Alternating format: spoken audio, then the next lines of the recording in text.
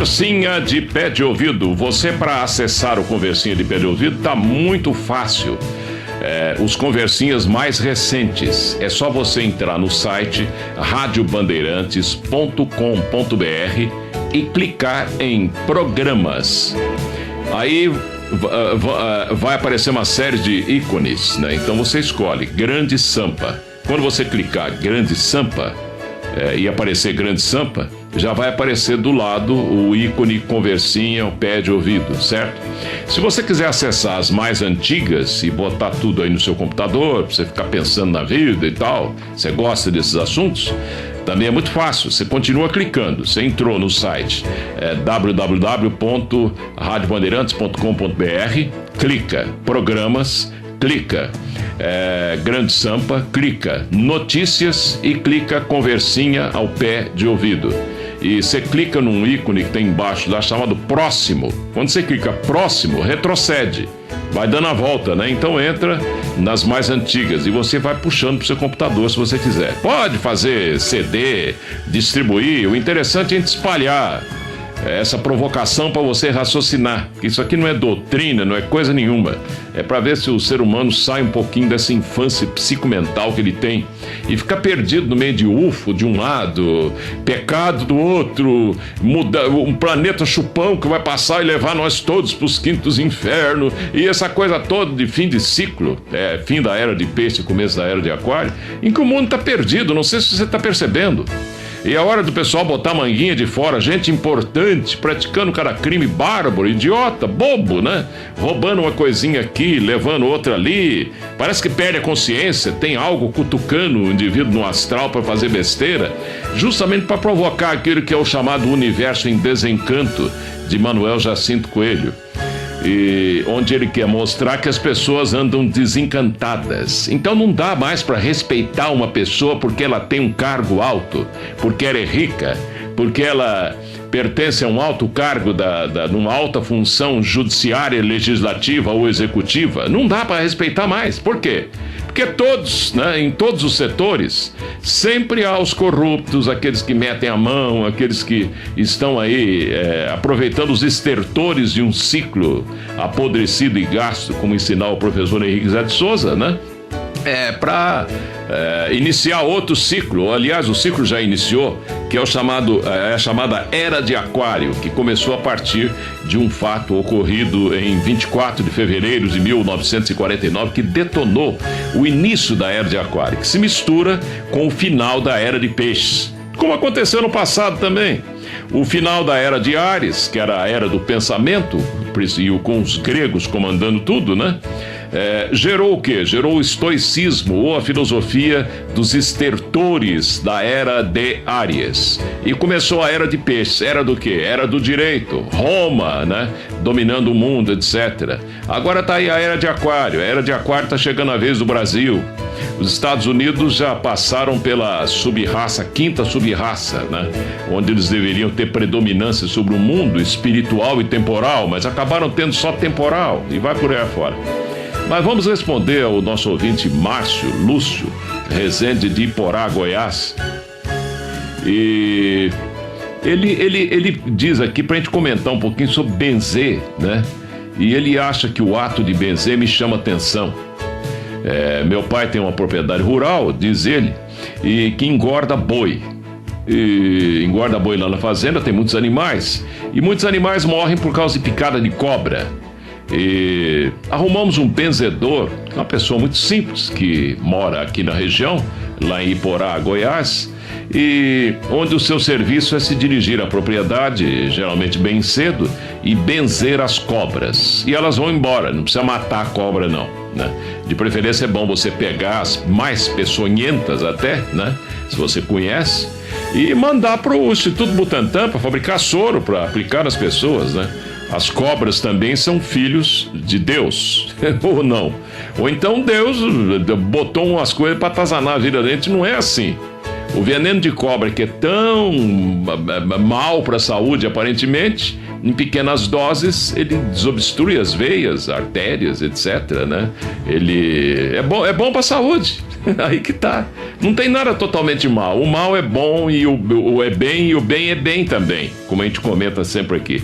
Depende da ótica com que se vê. Depende da importância que se dá a tudo que está manifestado para a vida no universo inteiro.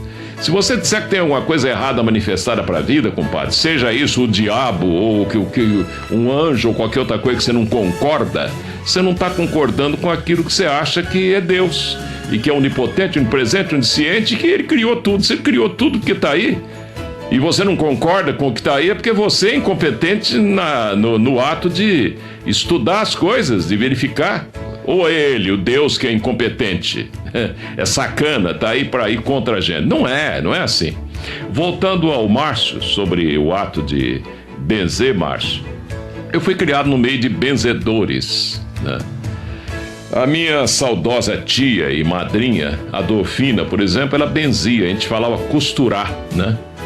E ela ia costurando e dizendo, ela nunca contou o que é que ela falava ali, mas eram orações católicas, né? Claro, não sei lá, aprendeu com a mãe dela, minha avó, né? E que aprendeu com a bisavó, e lá da época da escravidão, sei lá, né? Lá do ano de 1800 e qualquer coisa. Minha avó, por exemplo, era de 1800 e alguma coisa, e faleceu com 97 anos há 45 anos atrás, 46 anos atrás. Agora você imagina, pegou ainda a escravidão, né? A escravatura.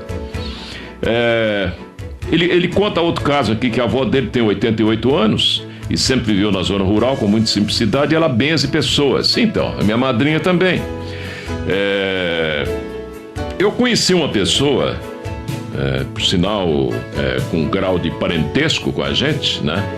Mais do lado da minha ex-esposa, uma pessoa maravilhosa, pelo qual eu tenho uma admiração muito grande, mesmo que ele já tenha falecido. Eu, como não acredito em morte, acho que morte é piada, que você abre o olho, você está vivo noutra dimensão e ainda carregando 5 corpos, né? Ou hipoteticamente 5 corpos, que nós temos 7 corpos, né?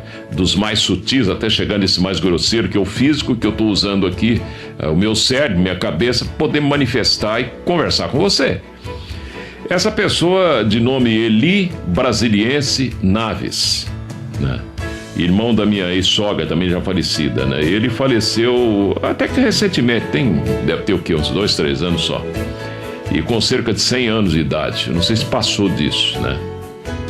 O seu Eli, como a gente o chamava, benzia, por exemplo, gafanhotos que estavam atacando plantações. Escute só, uma vez aí no sul de Minas, na região entre Três Corações e Carmo da Cachoeira, né? Onde eu tenho uns cunhados, umas pessoas muito queridas, por sinal. Ele tinha também um sítio. E uma nuvem de gafanhotos apareceu, uma quantidade enorme numa determinada época aí, na década de 50, sei lá, e comia tudo que estava na frente, né? Tudo que era verde, o gafanhoto comia das plantações. Mas na terra do seu Eli, nas plantações dele, o gafanhoto chegava na cerca de arame farpado, o amigo que está ouvindo aí, e não pulava para dentro da cerca dele. Por quê? Porque ele benzeu o lugar, né? Aí, enquanto que os outros parentes dele, os gafanhotos pulavam para dentro da cerca, né, e tal, e ele não podia ir lá e se oferecer para benzer, né? Para começar, as pessoas teriam que ter um pouco de crença nessas coisas e tal. Até que uma irmã de um sobrinho dele insistiu tanto, falou: vai lá, fala com o tio Eli, ele vem aqui, benze, né? E esse parente estava com, lá a gente chama de bomba de frite, lá em Minas, eu não sei como é que é aqui em São Paulo, no interior, onde você põe o inseticida naquela bombinha e fica lá, ora, você mata um gafanhoto por vez, né? São milhões de gafanhotos, você imagina, né? Até matar todos, você vai acabar provocando uma dor tremenda no braço e gastando litros e mais litros de inseticida. Por fim, ele cedeu, ele falou: puxa vida, é impossível passar sem a benzeção do tio Eli. Foi lá. E o seu Eli benzeu, e os gafanhotos que estavam comendo a plantação dele pularam para o outro lado da cerca, na vista de um monte de testemunhas. Isso tudo são coisas comprovadas. E isso, o senhor Eli, muito católico, ele nunca quis virar santo também não, viu? Santo Eli, pra quê, né? Não é isso. Bom, e às vezes uma pessoa era picada de cobra, o caro Márcio Lúcio, e corriam no sítio dele. Aí alguém corria a cavalo ainda, não? A cascavel picou, cascavel muito peçonhenta, um urutu, cruzeiro, ou sei lá que tipo de cobra, né? E chegava lá, ô Sueli, o meu irmão foi picado de cobra. Ele falou, calma, espera aí. Aí pegava um copo com água, né? E geralmente caneca, na época nem copo tinha, aquelas canecas que você fazia em casa mesmo, né? Botava asa nela e tal, aquelas coisas que você comprava na cidade, depois aproveitava a caneca, né? Ele falou, benzia aquela caneca com água e falou, bebe um pouco, aquela água cristalina da roça, tirada ali do regato, né? Da mina, né? Ele bebia um pouco, ele falou, agora guarda esse restinho aqui, põe nessa vasilha e vai a cavalo lá para sua casa. A hora que você chegar lá, ele já vai estar bem melhorzinho, né? Quer dizer, o irmão bebeu um pouco da água pro outro irmão que estava picado de cobra. Quando ele chegava lá, o irmão já estava bem melhor. Aí ele dizia pro irmão, bebe o resto. Ele bebia, pronto. Adeus toxina do veneno da cobra. Mas isso aí, na vista de um monte de testemunha, ele não queria aparecer por isso, ele já faleceu, inclusive, a gente pode contar essas coisas, porque senão poderia haver uma peregrinação a Minas para ele curar todo mundo. E não é por aí, porque o ser humano é muito criança ainda. E por acaso o seu Eli era bem mais maduro. E um dia é uma coisa muito comum também, às vezes ele estava em Carmo da Cachoeira, né? E não existia Fernão Dias ainda. Ele ia a cavalo para a roça dele, lá para o sítio, né? Ele tinha ido a Carmo da Cachoeira comprar sal, por exemplo, outra coisa qualquer que na roça não tem, né?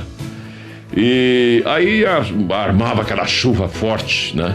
E as sobrinhas dele falaram, tia, ele não vai não, que vai chover. Ele falou assim, não, se Deus quiser, em mim não cai uma gota, né? E ele ia embora. A chuva chovia por todo lado, menos no cavalo dele e nele, né? Coisa incrível. Eu chegava em casa, desarriava o cavalo, parece que a chuva dava uma volta e não chovia nele. O que é isso, hein? É magia negra? Não! É amizade com os elementais. É o coração da pessoa, não é coração puro na mania cristã, não. O Sueli tinha um coração puro, mas não é isso. Ele era uma pessoa de alta inteligência, né? Ele escrevia poesia, coisa incrível, tinha que fazer umas correções de português. Você falava, mas não é possível. Que coisa maravilhosa, pareciam versos, às vezes até melhores que o de Olavo Bilac, eu vi, né? Ele passava os versos pra gente ver. Umas rimas riquíssimas, né? Mas com errinho outro de português. Quem é esse seu Eli Brasiliense Naves que viveu modestamente em Minas Gerais, hein? E eu conheço bem mais pessoas ainda que fizeram essas coisas. Há pouco tempo atrás, eu estava com uma erisipela e não havia médico que curasse, aquilo aumentando. Eu fui a Lavras, né? E uma amiga nossa chamada Nazaré, muito católica também, ela pegou 3 pedacinhos de um galho lá de árvore, né? E cortou os pedacinhos e falou, ó, eu vou benzer você 3 vezes. Na terceira vez, meu filho, eu estava passando uns dias em Minas, na casa dos meus pais, né? Acabou a erisipela. Isso é em mim, eu constatei, não estou inventando coisa alguma, né? E um dia insisti com o seu Eli para que ele contasse, né?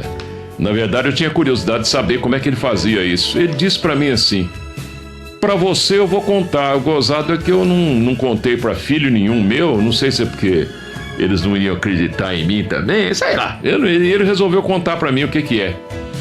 E eu posso até contar no ar para você o que é, porque você vai fazer e não vai dar certo.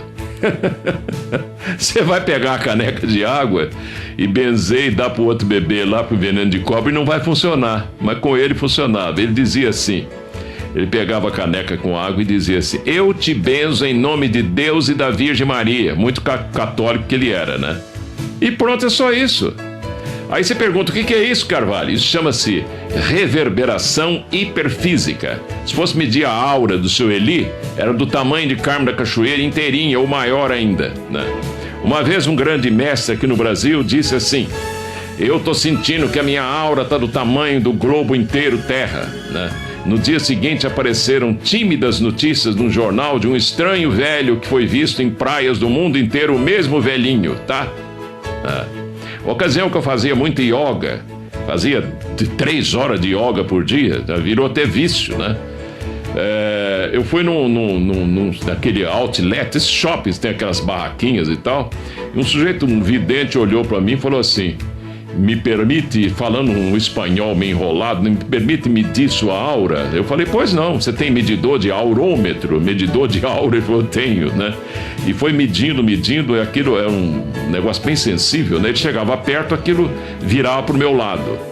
E ele foi se afastando de mim, nunca mais que voltava ao normal. Aquilo, quando chegou ao fundo do outlet, que tinha uns 80 metros de comprimento, né? Aquilo não voltou ao normal ainda. Ele voltou correndo para mim e falou assim: puxa vida, eu estou em frente a mim, mestre, que ele me chamando o Carvalho de mestre. Eu falei: que mestre que nada, compadre. Esses conhecimentos não são nem meus. Eu falei: o mestre é fulano de tal. Passei para ele, né? Ele falou: já estive lá e não sei, não gostei muito. Eu falei: então você não compreendeu o mestre, paciência. Cada um leva para si o estado de consciência que ele tem. Não adianta você ter contato com Jesus, com Buda, ou com quem quer que seja, com o próprio Deus, o Deus único e verdadeiro de todas as religiões. Você só vai captar dele aquilo que você pode captar e acabou. Se você disser que não aceita uma coisa que o próprio Deus falou para você, não vai aceitar e pronto. E o que tem isso?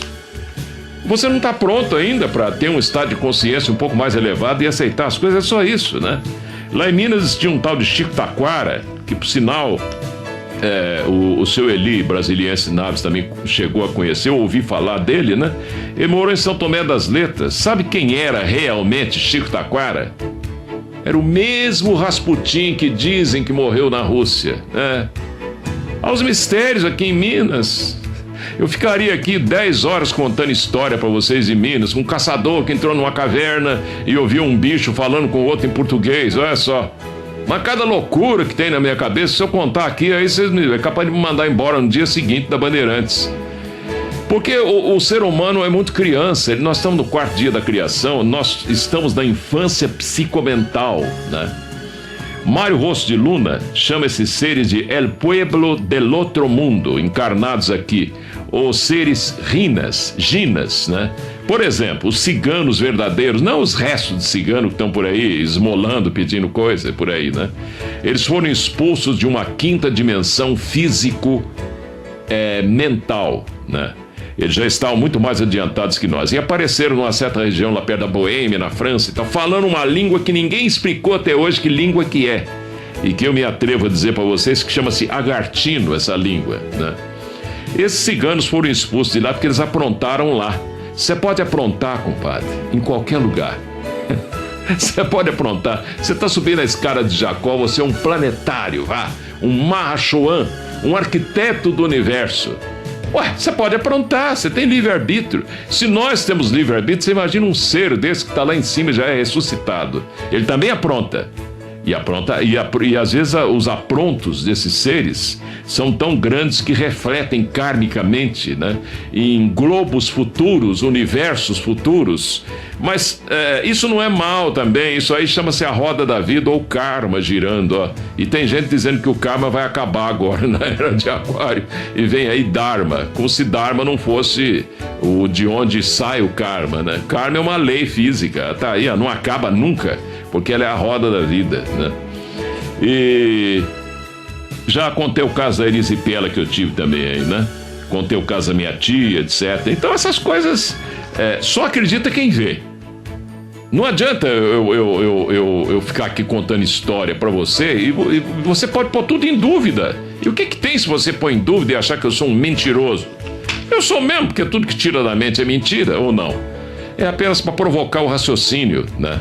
Você só vai acreditar naquilo que você vê. Eu já vi em igreja evangélica os tais milagres acontecerem, como vi também em católica, já vi entre budistas, já vi entre shintoístas, masoquistas e o diabo que me carregue. Acontece sempre os tais milagres que o povo tanto espera. Sabe por que isso? É o próprio ser humano que faz isso, porque o ser humano é Deus e não sabe. Mas um dia vai saber.